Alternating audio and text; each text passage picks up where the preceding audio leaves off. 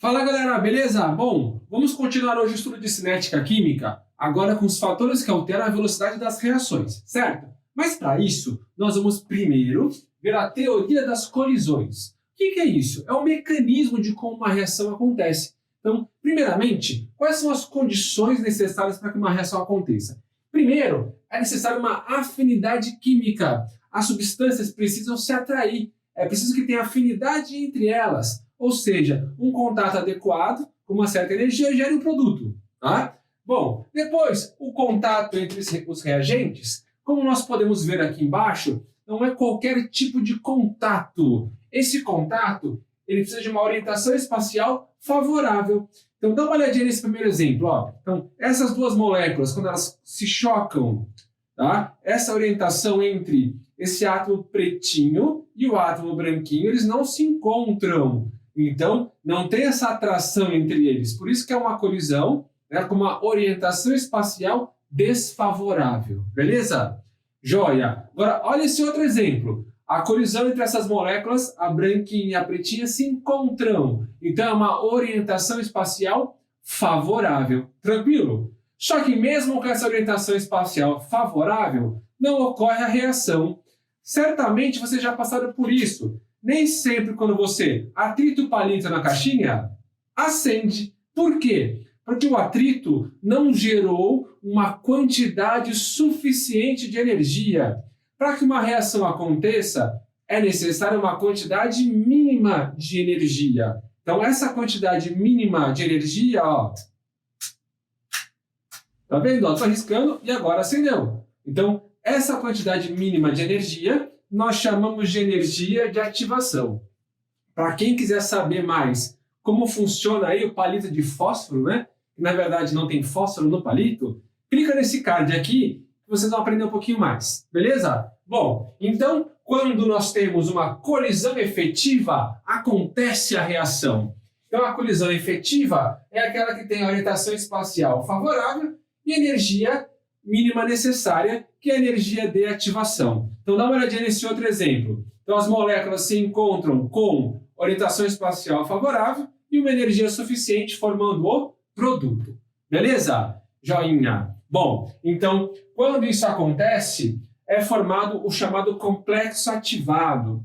Então o complexo ativado é o estado mais energético de uma reação. É quando as ligações entre os reagentes estão enfraquecidas e surgindo a ligação entre os produtos, certo? Então, nesse gráfico aqui, ó, dá uma olhadinha. Nesse diagrama nós temos a entalpia dos reagentes, a entalpia dos produtos e lá em cima, ó, o complexo ativado. Então, a energia de ativação é essa barreira energética, essa quantidade de energia que deve ser absorvida para a formação do produto. Então, toda a reação tem um início endotérmico, certo? Toda reação começa absorvendo calor até atingir essa energia de ativação. Beleza?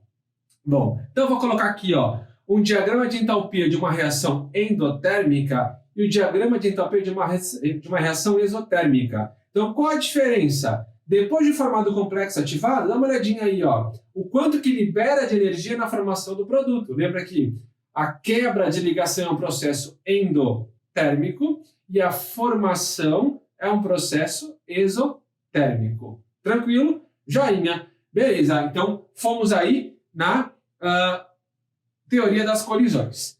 E aí, para finalizar, quanto maior for essa barreira energética, maior é a energia de ativação, certo? Então, se a energia de ativação é muito alta, a reação demora para acontecer. Então, é uma reação mais lenta. Reações que têm uma energia de ativação muito pequena são reações muito rápidas, certo? Por exemplo, né, quando você faz a combustão lá no fogão na sua casa, aí no fogão na sua casa, quando você aperta o botãozinho, sai uma faísca, a combustão é instantânea, tá? Então é uma reação que tem uma energia de ativação muito baixa. Tranquilo?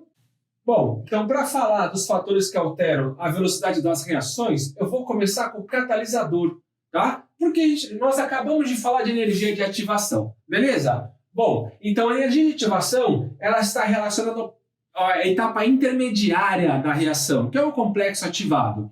Então o catalisador atua nessa etapa intermediária. Como é que funciona? Nós temos dois tipos de catálise: catálise homogênea e heterogênea. A catálise homogênea é quando o catalisador se combina com esses reagentes, formando um intermediário de menos energia. Então ele vai diminuir a barreira energética, ou seja, diminui a energia de ativação. Diminuindo a energia de ativação, aumenta a velocidade reacional.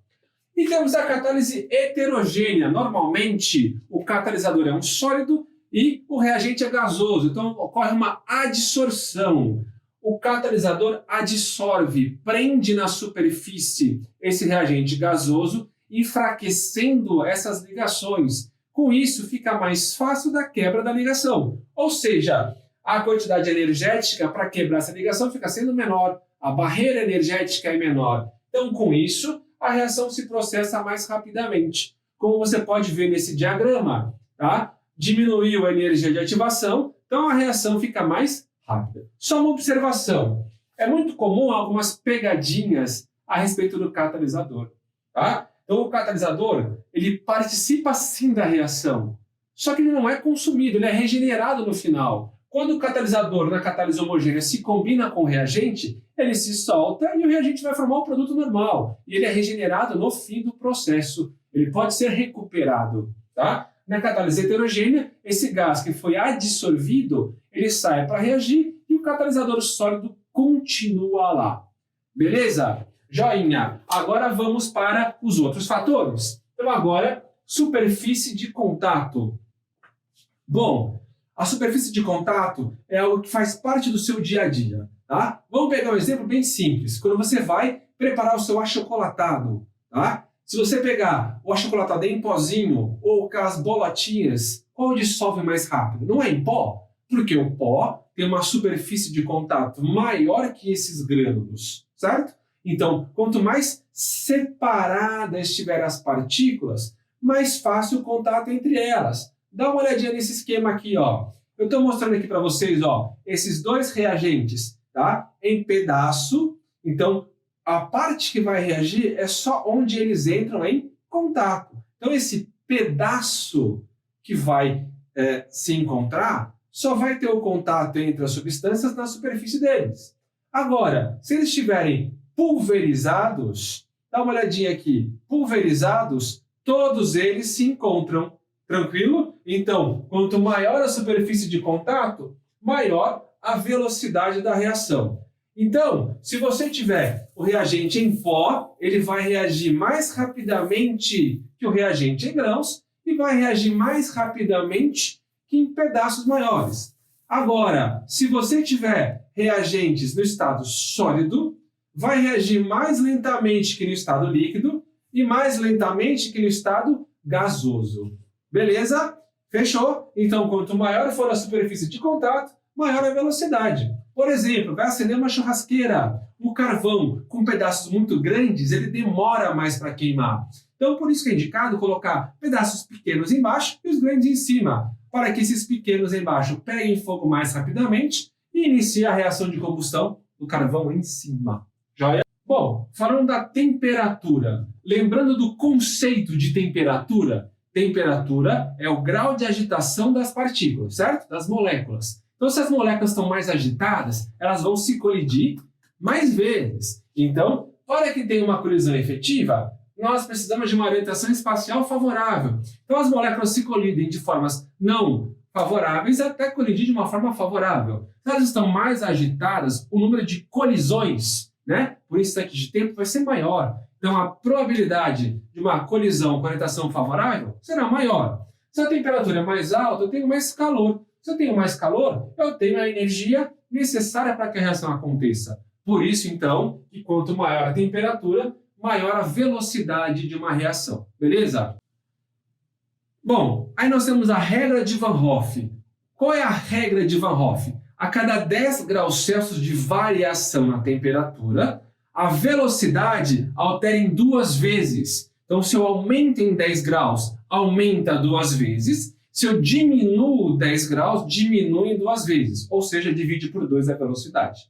Então, se eu aumento em 10, 2 vezes maior. Se eu aumento em 20 graus, perdão, aumenta 4 vezes. Se eu aumento em 30 graus Celsius, aumenta 8 vezes. Se eu aumento 40 graus Celsius, aumenta 16 vezes. E o inverso é a mesma coisa. Por isso que uma carne, por exemplo, no freezer, pode durar até 6 meses de conservação. Alguns alimentos podem durar 1 ano no freezer congelado. Tranquilo? Belezinha? Joia? E para fechar, concentração. Então a concentração, ela vai interferir de que maneira? Se em uma mesma unidade de volume eu tenho mais partículas, mais moléculas, a probabilidade de elas se encontrarem vai ser maior. Então, quanto maior for a concentração, maior será a velocidade da reação. E aí uma interferência, né, na concentração, quando nós falamos de gases, quanto maior for a pressão, menor é o volume. Então as moléculas se concentram mais. Então para os gases, quanto maior for a pressão, maior será a concentração, portanto maior será a velocidade. Beleza? E esse assunto é muito importante porque faz parte do nosso dia a dia e aparece bastante em prova. Tá? Então, se liga nesse exercício que é clássico. Dá uma olhadinha aí. Então, o exercício diz o seguinte, ó. O hidrogênio é um gás que pode ser obtido a partir da reação de zinco com solução de ácido clorídrico. Essa reação foi realizada várias vezes, modificando-se as condições do meio reacional, como temperatura, forma do zinco e concentração da solução ácida. Observa a tabela que descreve essas condições. Analisando a tabela, em qual caso a velocidade da reação será maior? Então a gente vai analisar fator por fator, certo? Então aqui, ó, olhando a temperatura, então qual temperatura é maior? Então 30 graus Celsius, quanto maior a temperatura, maior a velocidade da reação, certo? Beleza. Agora, o estado de agregação do zinco. Então o zinco está granulado, em pó e em raspas. Então, maior superfície de contato é o zinco em pó. Beleza? E aqui a concentração. 1 mol por litro, meio mol por litro. Então, maior concentração, 1 mol por litro, 1 mol por litro e 1 mol por litro. Beleza?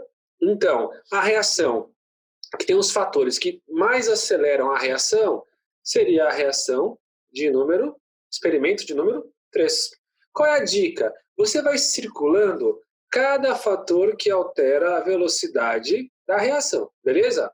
E aí, aquela experiência que tiver o maior número de itens circulados, ou seja, aquela reação que tem mais fatores que fazem com que a reação fique mais rápida, é a reação mais rápida. Se ele pedisse a mais lenta, né? A mais lenta seria aquela com menor número de itens circulados. Beleza? Joia! Então é isso, gente. Tchau para vocês, até a próxima aula.